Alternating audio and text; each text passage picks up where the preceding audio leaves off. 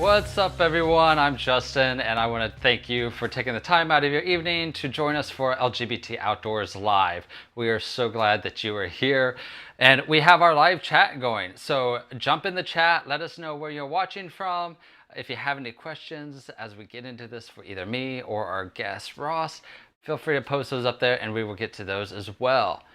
Couple things before we jump in and get to our special guest tonight. We want to remind everybody that we would love for you to like and subscribe to let's try that again. To like and subscribe to our YouTube channel. We are growing this and using it as a great outreach to be able to try to educate the LGBTQ community on ways to get active and outdoors. Also want to give a little bit of information about some cool things that we have going on. One is our website is continually being updated and things added to it.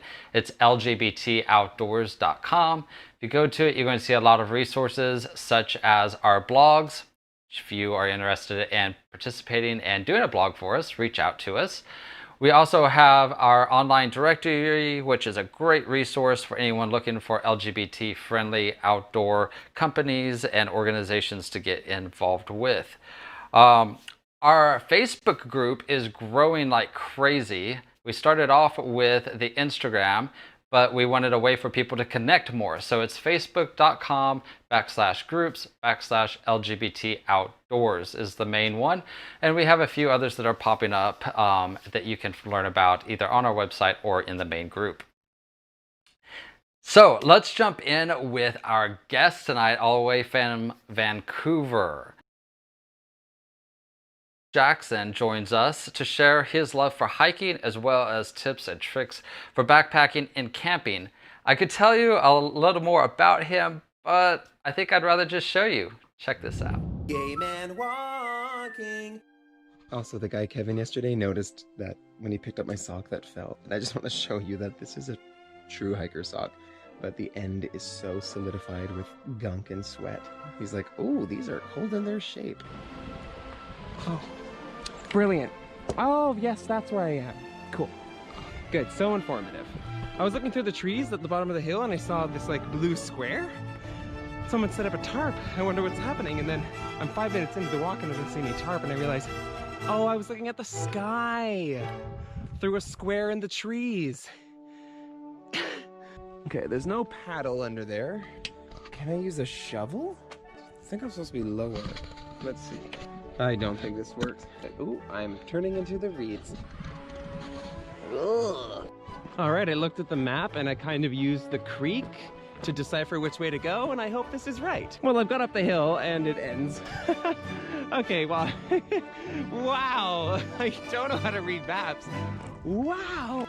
I don't know if those are just decaying pine cones, but this could be poo. I'm not completely convinced I want to see a bear to get over seeing a bear. I'm using some stores inside my body right now. I wish there were some stores outside of my body that sold like vegetables, ranch dressing, pizza, and ice cream. But oh my god, I gotta stop. Taco Bell, like 7 things from Taco Bell. Turn that into some maps for me and please give them to me. Woo! That's because he thinks I'm sexy. Ugh.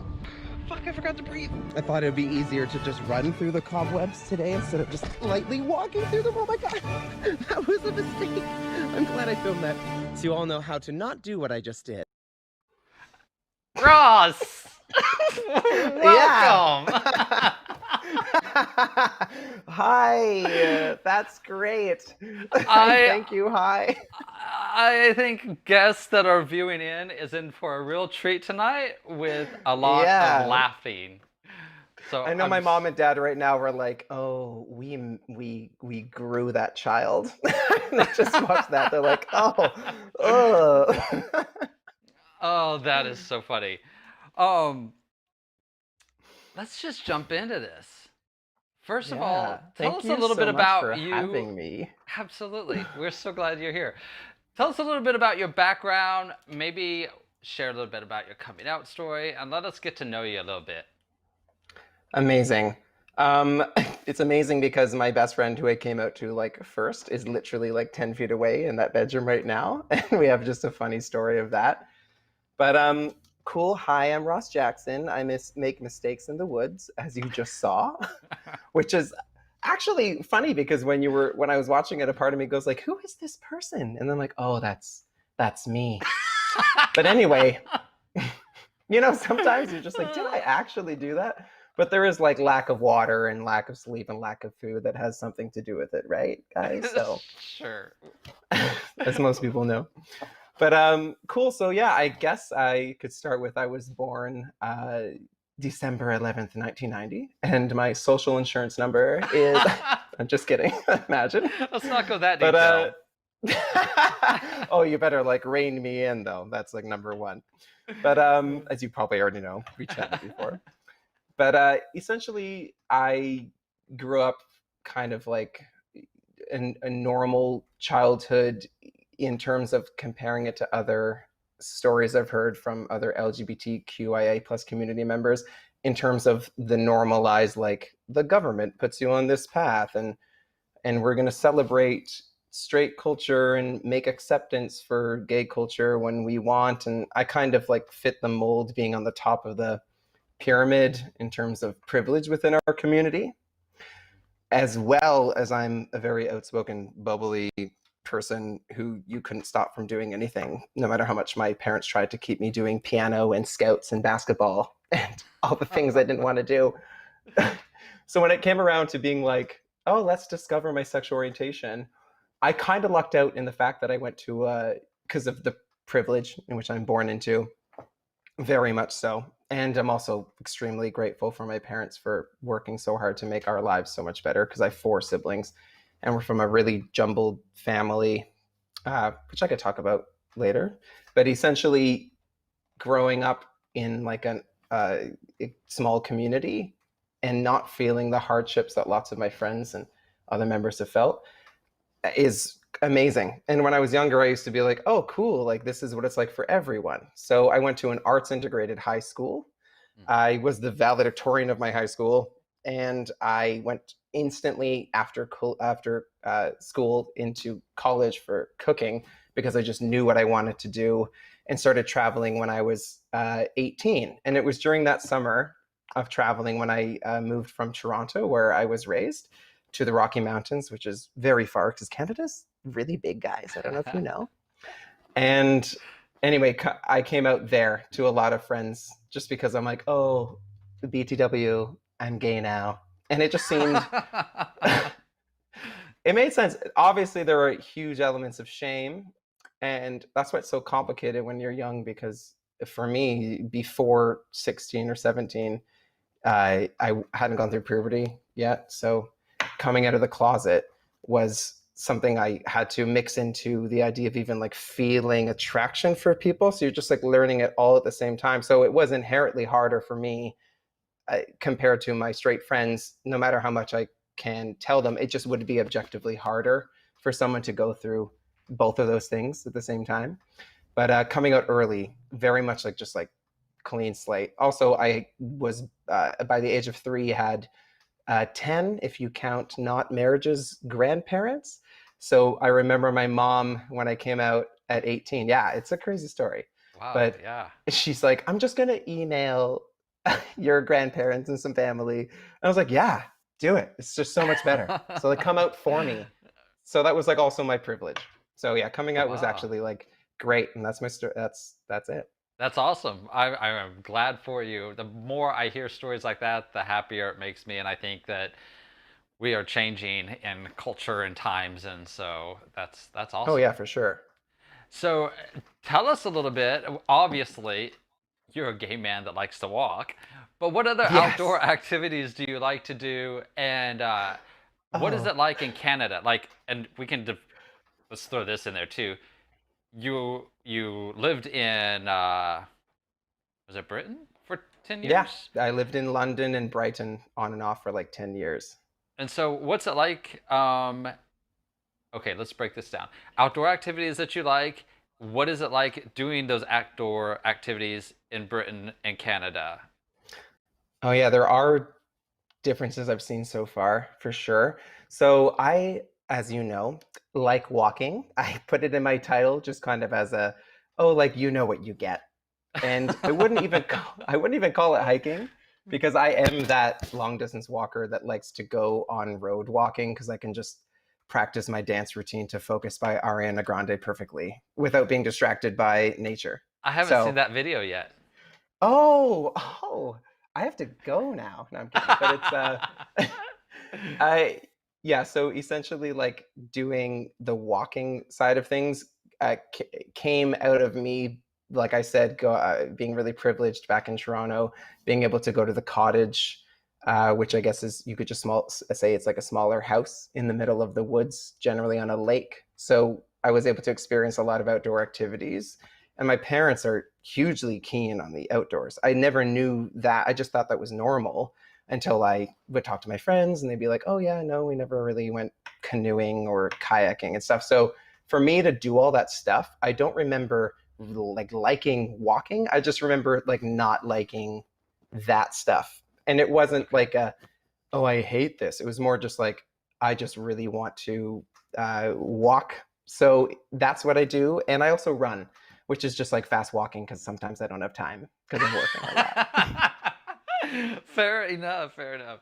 So, what's it like when you are in the woods and hiking in Britain and Canada? I'm assuming it's a lot different than a lot of places in the States, but we don't know. Share with us because a lot of times you're interacting with those people on the trails very Yeah. openly and free. Mm-hmm. Um, yeah, that's a tricky one to answer quite objectively just because it's such a huge topic. But I think like answering yes or no if I do feel like there's a difference because it's just inherently like my experiences for the days that I've been on those trails, like who I've ran into or what I felt. But for me, like coming back, I just moved back to Canada 2 years ago. I don't know how long I'll be here for, but every time I'm in the woods here, I run into like other gays and queer people and everyone under the spectrum, quite openly expressive, and we'll talk about gay men walking and other things, maybe what they're doing or whatever, and just be like, oh, like this is crazy because there haven't really been many instances of that happening when I was living in the UK. Not to say it doesn't exist, of course, but for me to go walking here, it just kind of surprised me with like how many. I guess maybe it's like a West Coast thing, but growing up in Toronto or outside of it, we just pretty much got to experience the woods all at like or the woods, but like the outdoors, all without our sexual orientation being anything. So I think when you're Mm. inside of like the woods or outdoors, I don't know if you've ever felt this, Justin, but it feels like nothing matters anymore. Like all of Yeah. the privilege and the hierarchy of what you are back in society, it seems to get stripped away. Yeah. The thing is, in that regards, sure, we're all back to animals and like our primal state, I guess. But for me to do that, I've had to actually like overcome a lot of obstacles. So whenever I see like the homogenized character of a person who's very like, oh, I'm gonna wear this and I'm going to do this kind of hiking and I'm a, well, to be honest with you, a straight white man, that privilege that comes with that Yeah. sometimes leads to people believing that that's just how easy it is to do the activity. But then when you look around at this activity, you start to realize, oh, it's like mainly that person, which means all of the work that it takes to get to the trailhead, so to speak, or into the outdoors is definitely harder and not as like celebrated within, I suppose, marginalized communities. So for me, I think like it's hard to really pinpoint the differences between the countries or the hikes I've done. But in the end, Sure. it just shows me that it's like easier for other people than it is for us. Yeah, absolutely. And one thing that we've been talking about a lot in just our culture and with LGBT outdoors is also people of color in the outdoors and the challenges that they face. So, like, white privilege is a real thing, especially when Mm-hmm. you're a male white privilege. Mm-hmm. So, yeah, I get what you're saying with that. How long have you been hiking, walking, and how did you end up getting into this? I know that you said that you tried some other things and just walking, hiking stuck, Yeah. but there has to be a level of loving the outdoors that come with it because let's face it, a lot of gay people want to be walking around a mall, not around I the know. forest. So what was it that drew you to the woods? And Well, how that's a long have you been good. doing it? That is, it's kind of, it is an evolution. I think it really came down to, well, it really starts somewhere. And for me, like I moved to the Rocky Mountains, as I kind of think I may have mentioned. That's where I came out to my friend Amanda, who's right over there. And hi, Amanda. Hi, And Amanda. essentially, she would love that. Yay.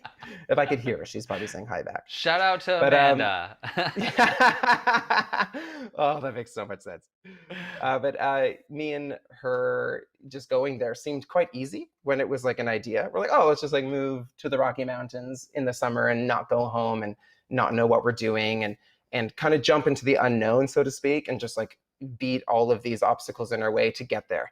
And it would honestly take hardly anything to deter lots of people, I would find, to not jump and go and change their life like that. And it seems now when I think about it, I'm like, oh, it wasn't a big deal. But I have to remember that back then it was a big deal for like 17, 18-year-old Ross to map out how he's going to actually get on the plane and get the job and work. And so it really does come down to just like pushing through. So for me, moving to the Rockies and then moving to England, traveling so much. So I started as like a backpacker who would generally just bounce from hostel to hostel, partying. I had pink hair, a singlet or a tank top that had Rihanna on it, and was like, I'm finding myself and being introspective. When really I was just like partying and then the next day playing cards. I can't believe any of that about you. You with pink hair and a Oh, singlet. there can be pictures. We can find some pictures. Why did I bring any pictures of this? We But should anyway, have some pictures of that. Oh, there's Amanda. Oh, Hi. hi. Oh, that's so cute. Hi. She can hear me. So yeah, so anyway, doing that, I remember, okay, for instance, at this point in Thailand, or it was in Malaysia, and I was on this river cruise, which sounds fancy, but it was like 10 cents, and it was pretty not great. But I was with these 4 British people, and they are actually from the place I was living in England before I went to travel Southeast Asia. And they were like, oh yeah, like we're doing like the full moon party and the half moon party in Thailand. And I was like, oh, what's that? And they're like, how do you not know? I'm like, I just didn't know. And they said, where did you just come from? And I'd actually just got lost in the Malaysian jungle for a whole day, to the point where I almost Wow. had to like accept staying overnight and in the jungle. Oh my Wow. God.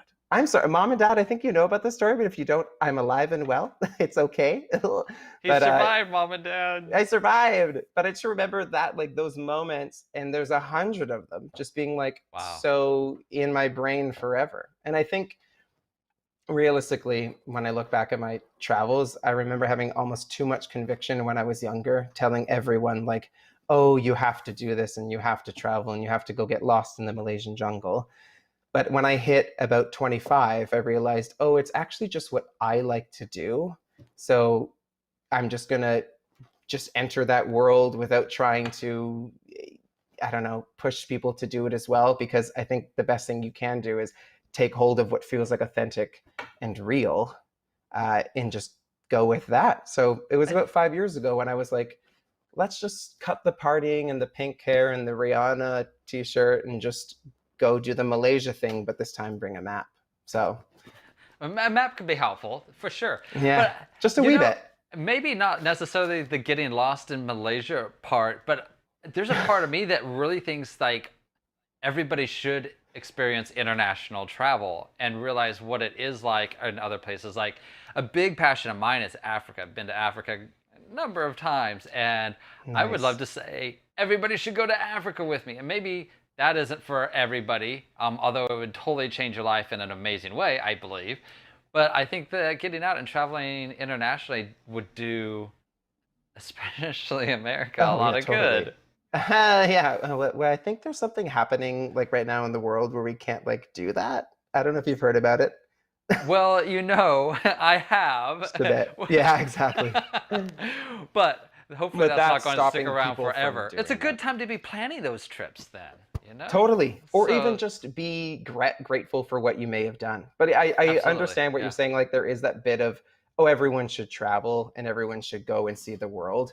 Uh, I would say for me to go, not projecting that, but to be like, oh, like you should all do this thing would be quite extreme within regards to like what I do personally. So Sure. that's why for me, like I always relate long distance walking to like literally whatever you or the person who asks me about it really just likes to do.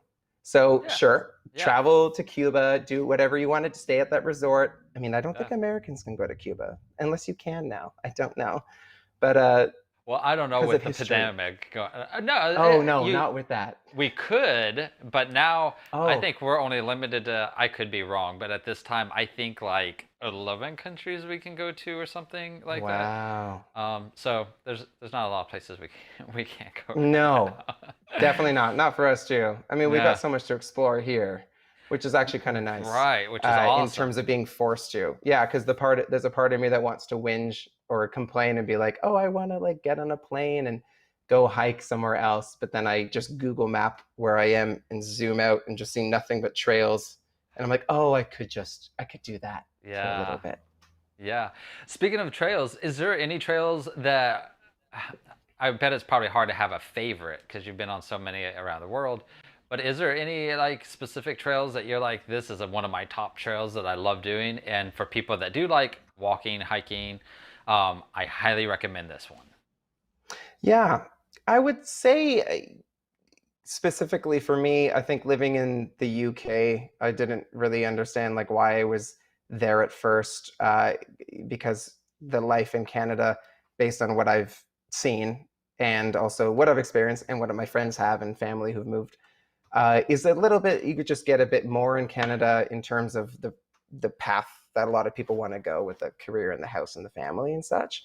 So for me, living in the UK for so long just made me go like, oh, like I just like really like being here, and there's nothing that can like take that away. So there's a special place that the UK has in my heart 100%. And even if it just comes down to dry witty banter and being irreverent and silly and just having a drink at the pub, but there's also that element of when I go for walks, instantly when I think of walking or where I want to go, I just picture the north of England every single time. And it's everyone who's been there knows it has a special kind of vibe to it. It's, or maybe that's just me romanticizing it, but I just can't help it that be my truth. So while Canada is beautiful and New Zealand was gorgeous and Australia and all these other places, just there's something about like looking from the top of a hill in the UK, it being gray. Maybe that town flooded last year, but like it's fine now. And I just see a pub and I'm like, I'm gonna walk to there now. And so yeah, I would actually recommend if anyone's looking at hikes to do when all of this ends, or is in the UK right now because they've opened their trail systems, is to look up the coast to coast hike, which is kind of been crafted and curated by Wayne Wright, who's like this famous, I guess, walker, you could say, because that's a word to describe people. But I'm a walker. I don't know. Or I'm just a hiker? human who likes walking. Yeah, Right. amongst many things, Yeah, like there you 30 go. Rock and cheese. But yeah, he did this trail and I did it, and it was phenomenal because it takes you to little pockets of England where, sure, you could walk from it's a coast to coast walk. So the idea of it, to some people, might be this: oh, we're gonna traverse from one side to the other, and it's this big giant adventure, kind of like a marathon, but over the course of 12 days, where you have this like intensity. But what's nice about this trail is that it takes you on a zigzag, so you're not getting, sometimes you're going backwards and you're like, Oh, but wow. you realize, or for me, I've never really cared about in terms of like racing through it or to get it done or get kilometers smashed or whatever people want to do. That's never mattered. It's more like, oh, how can I enjoy this every hour by hour? So that trail is just great for that because it takes you to cute little pubs and villages, and also like intense rainy hail filled boggy landscape that's no joke and eats people and spits them out. But Oh, then it's wow. great because you feel cleansed and you're alive. So like the Malaysian jungle, you just It's- live and then you're better for it, the right? key thing is just being alive afterwards, right? As long as you're alive Yes, that's afterwards, It's all good. My mom has literally said that. Hi, mom. She's like, oh, cool. So Your you poor survived. mom. Like, there was one trip where I didn't tell them it would be this day that I'd be finishing. And it's Canada where there's not much cell reception because there's one person per every province, it feels like. So there's just not much reception you can get. So I got messages from them from the, I finished a hike, and then it turns out the previous day is when they thought I finished. And they were like, oh, and I could just see them sitting at home being like, having a glass of wine, just being like, okay, so this just could be the case that he's lost in the woods forever. And they've probably been thinking that might happen since around 2010. Oh, well, hopefully you need to do some more planning to be sure that you let your parents know exactly when you're done. Well, you saw the video at the beginning. You just have to. I have to learn through me. Speaking of your videos, we love your videos, and I think now would be a great time to show another one of them. So let's check another one out, okay? Let's do it. Gay man walking. Okay, now I'm gonna try my first ever bear bag into the tree. You have to put a bag high up so a bear can't climb the tree to get the food, and that the food stays safe from the bears on the ground. What am I doing here? I think this is the best tree. Can you hold 86 pounds of food? I've already made a knot. Ah, it's all tangled. That is a massive fail. I'm gonna go up there and throw it over. Okay, so I don't think I did this right because I realized the carabiner not that heavy. It's the orange rope is stuck in the tree, but I think I can use a stick to get it out. How funny would it be if a bear is literally stealing my food right now? Oh my god, it's so high! Oh no! Okay. Oh! I'm desperate and I found a stick to attach to it. Oh my god, it worked! My stick worked! I just threw it like a baseball man. Whee. Okay. Come on. Yes! You're stuck on a stick as well. Okay, that's good. Just get down from there. Yes! Fuck yeah. Gotta get the food. I have way too much of this stuff. Okay. Okay, it's attached now. So I guess I just pull this one. Oh, it's on the log. Oh, wow, that's heavy. Oh. Why is it going up? Okay, so I don't even think that's like bear proof. Oh. I left a bag of nuts in my bag. This isn't hiding from the bears. This is in my backpack. Hi, I'm alive. You're alive. Did your parents ever watch your videos and are like, oh my word, how did he survive that? Oh, yeah. Like, actually, a part of the reason I make the videos is because I'm so bad at relaying stories after they've happened. So my mom and dad, like, very much appreciate having, like, my funny stuff that I write and the videos. But I don't know. I'm like, I just have to thank someone up there, or I don't really understand how. But I haven't died yet from a bear, so that's good. That's I good. feel like somebody needs to make a reality show on you. That's all I'm saying. I am. My right arm is literally just holding it. That's the reality camera. That's true. That's true. Let's talk about your YouTube channel. Why did you tell us a little bit more about that? You were telling us a little bit because it's a great way for your parents to find out about it. But why did you really? There's a lot of videos out there, a lot of great content. Why did you decide to do the YouTube video? And tell us, you hit on this a little bit earlier too, but why call it Gay Man Walking? Right. I've always been a bit performative. I don't know if you can like tell by my nature. No, not at all. Right now. Yeah, not at all.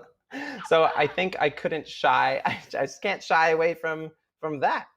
And I think a coping mechanism for me definitely is humor and comedy and just being funny. That's why I think I survived in the UK for so long, just being able to understand like when you think someone's being rude or mean or whatever, they're just being dry and it's banter. And I think growing up in our house, there was just so much going on with 4 siblings. And for me, a lot of my time spent as a teenager, especially at a theater school was just like getting lost in like performance and fantasy and comedy. So I always knew that there was an element of me that I was like, how do I like take all of this in my brain and just make my mom and dad laugh or whatever? Because for me, there's just so much seriousness. And as I said, the coping mechanism being the humor really was something I was like, I'm going to like capitalize on this, but mainly just for myself. So I remember being like, okay, like on my first hike, which is the coast to coast that I described, the Wainwright hike in the UK, I just was like, I don't even know if I'm going to finish this. I don't even know what I'm doing. I literally bought like nothing. I have a backpack that doesn't even have hip straps. I got lost in a hailstorm and led 2 people off trail that were definitely over 70 it was just a bit of a mess. So I thought, why am I not seeing this represented as much as I want to within this realm, like within the active sports and the outdoor world, when I'm so used to seeing satire parody of everything, of just even just watching Parks and Rec, 30 Rock, The Office, Peep Show, Miranda, like I could go on, but I was like, there's something missing, and it's this the most. I don't know why I like to walk forever. I almost sometimes wish I'm like, can't I just be into cars? Like I don't, or something. But It's a lot cheaper to walk. So, oh yeah, that's actually that's part of why I do it too. Yeah, took my budget friendly like backpacking was like instead of buying like Red Bull vodkas, I could just buy food to survive for cheap. Right. But anyway, so I thought, why don't I just film it? And then I realized like, oh, like as I watch it back, which was after that first hike, and I didn't put any of that content out just because it was on a crappy iPhone. And I was like, oh, like this is nice for me to have. I would like to share that with my parents. So I just thought, or my family, why not use YouTube as a vessel to put stuff out if I ever do this again? So then when I went on the hike in New Zealand, which was actually because I wanted to see New Zealand on a budget and I don't have a driver's license, and some tourist agent when I was living in Wellington, and also what's up my New Zealand people, but essentially he told me like, oh, you could do like the hike that goes down the whole country. And I remember being like, oh, like actually I want to do that. And he's like, oh, not many people do. So I was like, I'm going to do it, and I'm going to do the things I should have done on my last hike, which was be a bit more prepared and also film a lot more, because I have a taste of what it could be like at the end of the hike, to sit at home at the end of like a shift at a cafe, having this like project to just delve into. And it just felt right. It feels natural. And I do feel like there's an underrepresentation, if that's a word, of certain, not people, but just like authentic. We're just going to showcase the foibles along the way as well as the good times, because I think there's a lot to say about long distance walking, and I'm going to say it all and film it and showcase it. And that's just was just it. It was that easy. I'm like, I'm just going to do that, even if no one watches. I was just like, I want to. One of the things that I absolutely love about you is how authentic you are while you're out there. You're just being you. And that's part of the thing with LGBT Outdoors is that we want people to know the outdoors is for everyone. Like, right. Doesn't matter who you are, outdoors is a welcoming place for you. Nature doesn't care who you are. And to see you out in the woods, I think really encourages people, this is this guy who's gay just walking in the woods. It's cool for me to do. If he can do it, I can do it. And so, it's funny. I love that's true. We were not allowed, as you know, gay people to go walking in the woods until 2012. So since then, I am making a very bad joke right now. See, that's me being almost too dry. Trying new material. There you go. Well, maybe with the right person. My husband over here is laughing his head off about it. Yeah. I'm sure there's like one person being like, I knew what he was doing. But anyway, you're so right there. Being vulnerable is hard. Putting your stuff out there is hard. I do feel like there's a lot of homogenization within the realm of like the outdoors, with people just trying to be like other people, almost for the sake of that safety blanket of I fit in now. But I think we have a gift as LGBTQIA plus people, which is that we weren't inherently fit into a system. We are a piece of a puzzle that's big, except we're not in the puzzle sometimes. And the people who are in there feel like the puzzle's done. but I think everyone could benefit from us all just being inside of it. So Yeah. sometimes I'm like, it's a bit of a benefit to be on the outside, only in a way that you learn, well, not fitting in. Once you get over that, you're like, oh, okay, well, then I'm not going to just try to. And for me, that's Yeah. what I just have that convey through my videos for my sake. I Yeah. couldn't sit there editing thousands of hours of me knowing I was like crying an hour before, but like pretending everything was fine. And Yeah. tears flavor your pasta water with salt. So there's benefits to everything. But realistically, true. it's a mixture of just, yeah, like you said, I just wanted to be more authentic than some of the content I was seeing, even from my earlier travel stuff. So it's been like a growth of that. Yeah, that's awesome. When you go on these Thanks. trips, how long are you usually gone? Or are some of them day trips, or are they usually all overnight trips? And you're literally camping along the trail, like, so you're taking everything that you need with you, obviously. Yeah, it's a bit, that's a great question. I haven't lived at home since I was 17, just because I've been traveling around and living in the UK and other places. But I'd say I go home as a kind of end to a lot of trips and hikes. So for me, I the walking and stuff was just like a life thing. Like it wasn't like, oh, I have 7 days off and I'm going to do a 7 day walk and I have to make sure I'm done. So for me to do the coast to coast walk, which is the first one I did, I had like 3 weeks off and I just was like, oh, okay, let's go here and do this walk walk for like 15 or whatever days it is across the country, Coast to or coast even in just Britain. 2 days. Yeah, the coast to coast in Britain. And Just just like so- maybe Just to there are, clarify, that's imagine not I like did coast to Canada or coast in Canada. US. Did you do coast to Yeah, coast that in is a Canada? trail. Yeah, there is. There's a What? girl. She did. I know she's famous. There's a bunch, but she did the 12,000 kilometer walk.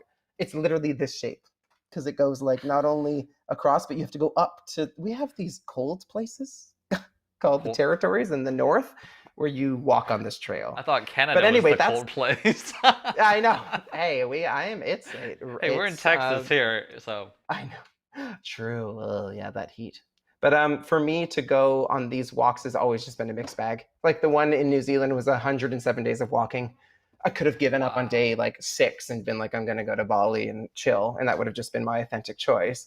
But for the most part, since then, most of them have been shorter. Actually, right now, not one of those like supposed to be moments, but if I was to be quite cliche about COVID and how it's affected my supposed to be's, is that I was going to attempt walking from the top of the UK down to the bottom, which is kind of funny because I literally left after finishing a 7-day hike called the West Highland Way in Scotland, which is gorgeous and so busy. And I met 2 of my best friends there and we're still friends today. I love, hi, Phoebe and Bryony.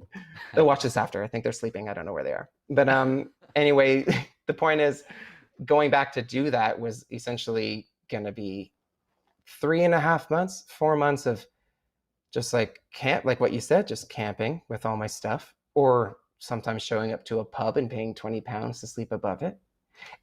I don't have a, like, I have to do it this way and have to do it that way. It's just really just about whatever I want to do at that moment. Yeah. So that's awesome. So you obviously carry everything with you, unless you forget something, which never has happened with you, right? Yeah. Oh no, I'll put my hand up and say that's the no. I want to be a martyr of that for people. Right. What's the most important thing you feel like you have forgotten on a trip? Well, it's this is funny because all of it is in my videos, but the one thing that I've forgotten, which is just embarrassing, which is I forgot to check. There's so many things, but I forgot to check my stove. I don't know if you guys know, but you need a food in the fucking woods. So I bring a lot of food with me when I walk, just because I'm that person. I like to bring avocados and scallions and jalapenos and olives, and I don't really. I know it works. I don't know how. This is why we're discussing it, Justin, because I need to find out why I do these things. But Right. I do. So I resigned to the fact right before I started the hike. I mean, and it was right before the UK's toughest trail. called the Pennine Way, which is unbelievable. And if anyone right now is thinking of doing it, just like start. Oh, it's calamity. You're on the top of ridgelines for the most part on the mountainous area of the UK, and it's just moors. So like, let's say one tree for every kilometer. So just wind and rain, and it's just invigorating. But I didn't have Wow. warm food throughout the whole thing because I forgot to check if my stove worked and it was Oh, broken. no. So, No. but the thing is, the difference between America, Canada, like North America, I should say, and the UK is that in the UK, you can stand at the top of a hill and see a pub that has anything covered in gravy just to keep you warm. You know, Okay. rather than being where we are and just not having those options. So while forgetting something, I was able to just be like, I'll give my pasta away and my rice and whatever I had and just eat cold food from my backpack and just, like I said, lots of gravy. Well, whatever gets you through, right? Yes, that is, oh yes. What are some tricks and tips that you can share with for any of our viewers that might be interested in getting into these long distance walks, hikes? As beginners, like, you really need to be aware of this, or you really need to be sure to bring this. Right. Oh man, that brings me right all the way back. It's, I would say, if you're in North America, maybe wearing extremely great earplugs when you're sleeping in your tent isn't the best idea because of Okay. animals outside. But I like to say that the only thing that I would really, not only, but one of the first things I suggest is people bring solid earplugs. And I only use that as an example of something kind of like irreverent and small, because when it comes down to it, bringing anything, not like a safety essential, of course, bringing the safety essentials, is kind of subjective. But for me, having those earplugs saved me from just like nights of having to listen to other people snore, which then builds all this resentment as you walk with people. So you don't want that. But I would say the best thing to do 100% before you go is just to really honestly pump yourself up to do it. I think what's missing a little bit is when I meet or talk to a lot of people, this is just based on people writing to me, is they feel a little bit like they almost can't. Because of just who they are, like they're capable, they've got the time and whatever, but something gets in the way. So I think maybe one of the most important things to do is honestly just to sit down and tell yourself that you can, and find a way in that moment to just realize that you're one of the very few who actually does the thing they say they're going to do. And that goes for anything really. So I would say earplugs and just going out with a confident kind of sense of enthusiasm. I've heard too many people write to me saying that they wanted to for years and just haven't because they have this one thing to overcome. So I think just building yourself up and being ready. It's honestly awesome. just a lot of it is just the confidence to push forth every single day. Like sure, you've got the food and you've got, I don't know, coffee, things that keep you alive, and bear spray, which is key. Key, as I've learned. But it really is just about the getting over the demons in your head that are telling you that you just can't or you shouldn't. So I think for me, as a person who makes videos and talks to lots of hikers, I try and just go straight for that. I'm like, okay, so like, what is actually stopping you? I mean, just look at it. Just look at that thing that's in your way and just try to get over it. Yeah. We obviously know from watching some of your videos, you've seen some really cool and some weird things on your trips, on your walking.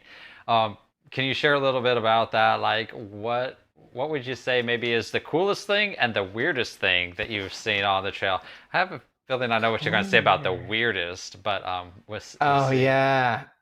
There's some, yeah. I actually just posted a video of me running into speaking of, I would say cool and weird kind of go together for myself sometimes, because just being weird, like maybe like we can redefine weird, but I think, I guess, but last year I did the Sunshine Coast Trail in Canada, which was actually just unbelievably strange the whole way through. But one thing that happened that was extremely odd was I was walking through the woods, as you do, And I, Because that's I such guess a for common some thing to people do, right?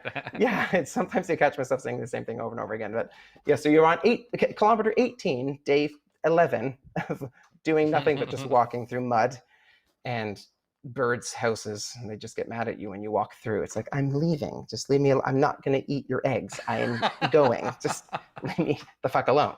So for me, turning the corner, it's funny because actually two things. One, I saw this and I instantly went, oh, this is made for me. And it was a tea set out in front of me on the trail with broken glasses and just perfectly laid, whatever they're called, tablecloths, just off the side of the trail with no one.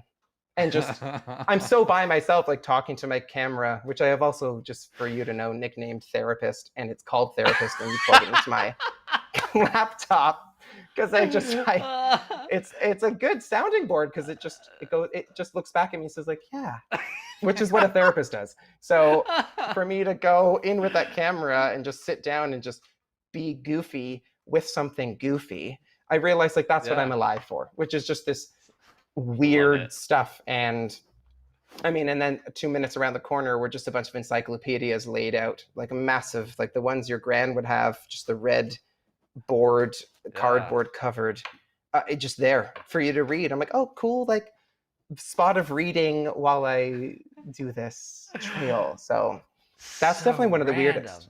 Oh, and a cow eating its own placenta in the UK. But like, who hasn't seen that? You're from Texas as well, so I picture. Well, I grew up on a farm something too, routine. so like. Oh yeah. I've seen I'm from KLUDAHK, Ontario, which is like horse country, Canada. Nice. And I've definitely seen a horse eat its own placenta. But seeing a cow in the middle of nowhere do it, I was like, oh, this is weird. There's people that eat their own placenta now. So there are, Justin. I hope that's the number one takeaway from this whole video. Is that just you people can learn eat that. Your own placenta. That's just it. There's your takeaway from Gay Man Walking. What do we know about that? Female. I know. It's never going to happen. Wait a minute. Let me clear this up. I'm not recommending you eat your placenta. I'm not. No. We're not liable but you're for any not of that. recommending it. Well, I'm kind of not recommending it because I'm not a doctor and I don't need any lawsuits or strange emails or phone calls or anything. So maybe just don't eat your placenta. Maybe. No, at all. And the part of me that's strange just wants to keep talking about placenta, but maybe we should move on. But anyway, that was the weirdest thing we could go on I'd ever seen. Are we losing viewers right now? I'm looking at Patrick. Hopefully we're not losing anybody. They're like, placentas, we're out of here. My mom and dad have just turned mute on, just so they're like, we're still there. He's still alive in all this. All right, let's go back around here. So question for you. We did a hike recently. We're in Fort Worth, Texas. We did a hike recently, and we were absolutely shocked at the amount of litter and trash we saw on this trail. And actually, one of our ambassadors for LGBT Outdoors organized an amazing cleanup a couple weeks later, and we all went back out there and helped clean it up. And I forget, it was, I wish I knew for sure. I want to say it was probably 15 big garbage bags that we picked up and could have done more. Wow. Is that something that you see common in other places, or is America United States just kind of not on top of that? And I won't say United States either, because I was in Denver a few months ago and the hiking trails and everywhere was just so clean out there and made me think, wow, Texas really needs to step up its game. But I'm wondering what it's like in other places and what your experience has been. I think it's been relatively good. I think when you're for me at least, when I'm so used to being in nothing but nature, the minute I see like a tiny wrapper, I either stab it to see if there's a chocolate bar inside, because I mean, I'm hungry, which has happened. And it's in. I filmed it, so I can't hide that. Oh yes, it's not opened. It was a coconut rough, which all my Kiwi friends will understand. But it's just a chocolate bar with coconut in it. It's self-explanatory. But it was. Wait, you didn't answer it. Was it good? It was great. Oh okay. yes, it went down easy. And you didn't get sick. Yeah. Oh no, I didn't get sick from that, but on trail you do from other things. Disclaimer number 2: we are not recommending you eat candy you find on a trail. That's the thing is I feel like I'm not trying to recommend anything through my videos. I'm just trying to show you like what I do. I I'm know, not but saying go stab chocolate bars. it's 2020. I just want to make sure we're really clear about it. Yes. Oh, we have to be extremely clear. You're Yeah. correct. But okay, so the rubbish thing is definitely a thing. I was in India before, and I remember thinking it's really just a sign of where the thoughts are when people are out in the woods. Humans are going to do that forever in different ways. I would say, subjectively, since the 1950s and plastic being invented, it's become something we've had to navigate. We're not doing awfully based on what I've seen. In terms of the world, yes, we very much are. And that can change and should and will if we just persevere through it. It's kind of like we're the guinea pigs of what could happen with a rubbish covered world. So it doesn't mean that that's cut and dry. So for me, seeing it on the trail, yeah, when you're looking at nothing but ferns and the woods and maybe one other human hiker you've seen and like desperately spoken to because you're like, I need human connection. You see rubbish and you're like, oh, boom, and like it sticks out. But then it weighs nothing, so just pick it up and go. But yeah, so anyway, going back to India, me and my friend Georgie, hi Georgie, we were there. Hey Georgie. We met there. Hey Georgie, I think she's in Italy. She's busy, girl, just doing yoga. Anyway, it doesn't matter. But I mean, it does. I love you. So we just went on this trail and we're just watching people drop litter. So what? We were just, yeah, it was a bit much. Wow. But it's for me, I feel like in the end, what stops me from being overwhelmed is just knowing that this is just something that is happening and happens because humans are capable of almost everything. So if it's happening, it just is. You can try and navigate and guide it the best you can, but rather than me just get like frustrated and flustered and write an angry post on a Facebook group about how people are horrible in 2020, I really don't believe that. So I'm somehow relaying litter into how I look at humanity, but hey, I think they kind of go hand in hand. And I've been to America like 3 times and not in the past 15 years, but I see those posts all the time. And maybe it's a population thing, maybe it's a knowledge thing, but yeah, it's real, but I don't see it that often here. Yeah, well, that's good. So I've got another big question for you, and then we're going to kind of start wrapping this up. Do you have any good wisdom for people that are looking to do this? One of the things that we really encourage people to do is and you've done this in this chat already, is encourage them just to step out and try something new and something different. But like we were talking about, a lot of times that can be overwhelming. You suggested like really pumping yourself up. But what are some practical steps? Like somebody has never done anything like this before. They've never done a backpacking trip. They've never gone out hiking in the woods. What is some good resources maybe, or tips, suggestions, wisdom that you would want to share with them, other than really pumping yourself up and getting in the mindset that you need to be in to do it? Yeah.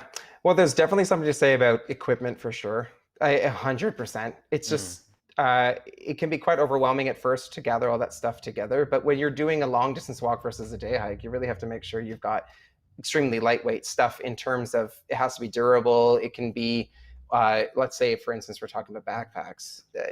I'm 6 foot. I don't have much shoulder mass. For me, I'd want a backpack that has a bit more padding on the shoulders.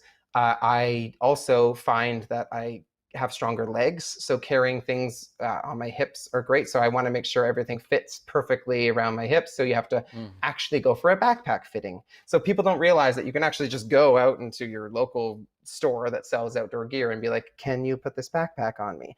And I think what it is for me, I knew all that stuff before just because of being just not shy, want to talk about whatever and learning from my mistakes. But I worked in an outdoor gear shop for 2 years, and I'm surprised people come back and show me the backpack they were given by someone that's not fitting them properly, and they believe that that's actually what could get them from A to B without having like horrible pains. So that's something so important, because you want to avoid anything or any chance as much as you can of something being an unknown, because there's just so many that happen. if you can eliminate as many as possible, then you're good. So bringing maybe lightweight stuff to start with, for sure. Really scrutinizing your choices, looking at online forums. You have REI in America, we have MEC in Canada, and I'm sure you guys have the same, but we have an online chart of things that you should bring, or like a checklist. Yeah. And some people, honestly, I've met people who dive headfirst into making a spreadsheet. I'm not a spreadsheet kind of guy, but if you need a spreadsheet that tells you like the weight of certain things, but I cannot underplay how important it is. The difference between the days I've had where it's just like 10 grams more. It's just it's so obvious. And I went through the hardest 4 days of my life were on the Te Araroa, which is New Zealand's long distance trail. It means the long pathway in Maori, which is the native culture, and it is literally the longest thing. But it's the first 4 days are 100 kilometers of beach walking, which is slightly slanted. Wow. Everyone's so overzealous with what they brought, and I just remember bringing an SLR camera, and I had 2 pairs of tweezers. I don't know why, but I just remember being like, oh, this is just so much pain. So word from someone who is not fully wise but is learned is just 100% check your kit before you go. It's just, even eliminate more stuff. Just take it, just the lighter it is, the less chance you have of dipping, which I call when your walk is 50% crap and 50% fine. So you really have to find that balance, I guess, and maybe practice on a couple hills nearby your home. So it's just, knowing your body. I guess. Yeah. The fittings on stuff like that is so important. Like even your footwear, you can go in and a lot of stores will have special footing that they can even like measure your different feet, how you're walking, get you on a treadmill. Makes such a big difference. But I can talk. I love the footwear chat. Sorry, I think it's so important because there's never going to be, for personally speaking, there's never going to be a perfect pair of shoes. So for me, you have to really find you have to cancel all the giant no's. So yeah, just like a backpack, footwear is like the most important because you're beating yourself up. You're walking on hard terrain for so long, for so many days. So you really have to just make sure you've got that down pat before you go. Absolutely. We're going to jump into a couple questions from some viewers. If anybody is watching live right now and has any questions, better get them in quick because we are going to jump into them. So let's go to one now from Motorclaw. I'd like to know what Ross Customs and Extended Hikes energy bars. Sorry, I'm trying to read this from a distance. Goo gels, liquids. Yeah. Ooh, I'm not even sure what goo gels are. What are goo gels? It sounds like something very Halloween themed. I actually know what they are. That's good. So, good for this question. Good. Yeah, I'm glad because if not, we're going to have to Google this real quick. Imagine, like, I'm not the guru of hiking, but I've definitely worked at a place where I've scanned 1,000 goo gels. So essentially, they are little small intakes of a liquid. It's going to be like a gel. They have different names. I guess goo could just be a brand, but essentially they're high on salt, vitamins, nutrients, things your body needs. Electrolytes maybe? Okay. Right. So a lot of like sprinters, marathoners, long distance runners would use it as a crash thing. I'm so like country boy. I just remember being like, I'm going to have a tablespoon of instant coffee with some like milk and chug it back and hope I don't throw up on my run. So like for me, that was always like, so it's for me looking at gels, I'm like, oh, what? That's so fancy. But it is a great idea if you want to throw a few in your bag just for those moments where, like I said, like the pain in your backpack and your feet can be quite like crashy, I guess you could say, but you can avoid it by having the gels. But so is there any specific ones? Can we pop that question back up there again? No. Okay. Is there any specific ones that you recommend? That's a great question. You buy them all and try them because I don't think they're that great to start with. I've had a lot of people say like these are rough. They're just like you kind of like cover your just like how you're a young person and you hated eating the green things in food, but you'd eat the food and you scarf it down because you were told to.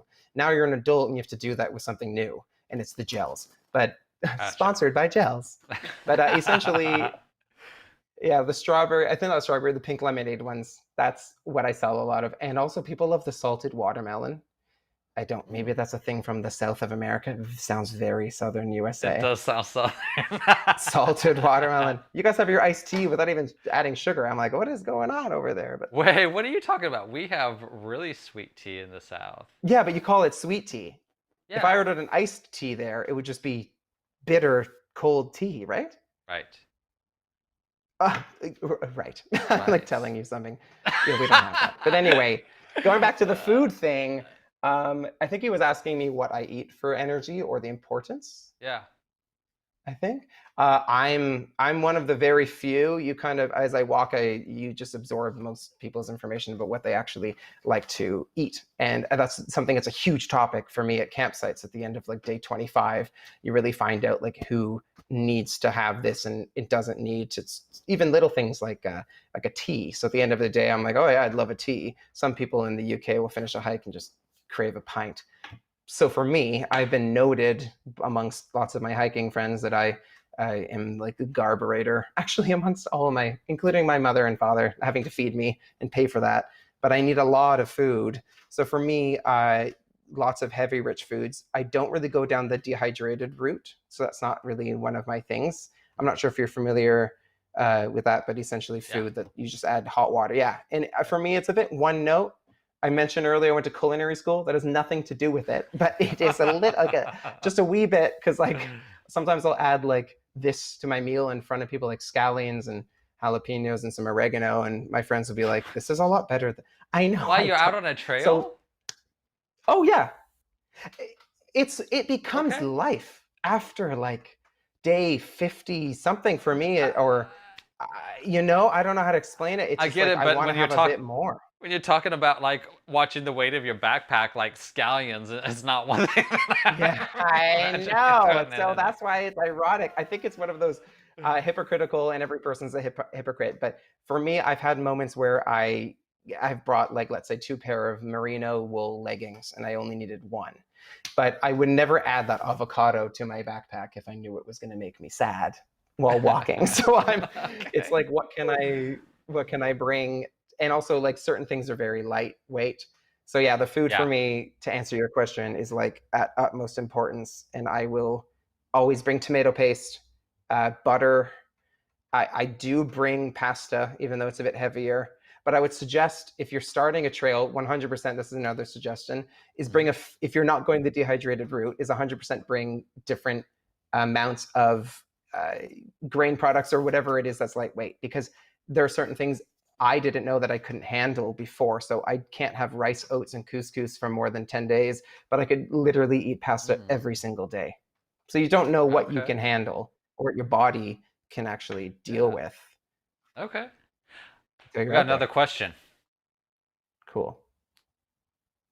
Jeffrey Barnes. Does Ross ever use equipment like GPS in addition to topo maps Topo and maps. a compass? I'm assuming topo maps is like physical map that you're looking at? Well, it's Or topographical maps. So essentially, just like, it could be the same. In GPS would have like where you are, and it's great because it shows you, and you just go, oh, I'm not on the trail by 3 kilometers. Hopefully, that's never happened to you, Jeffrey Barnes.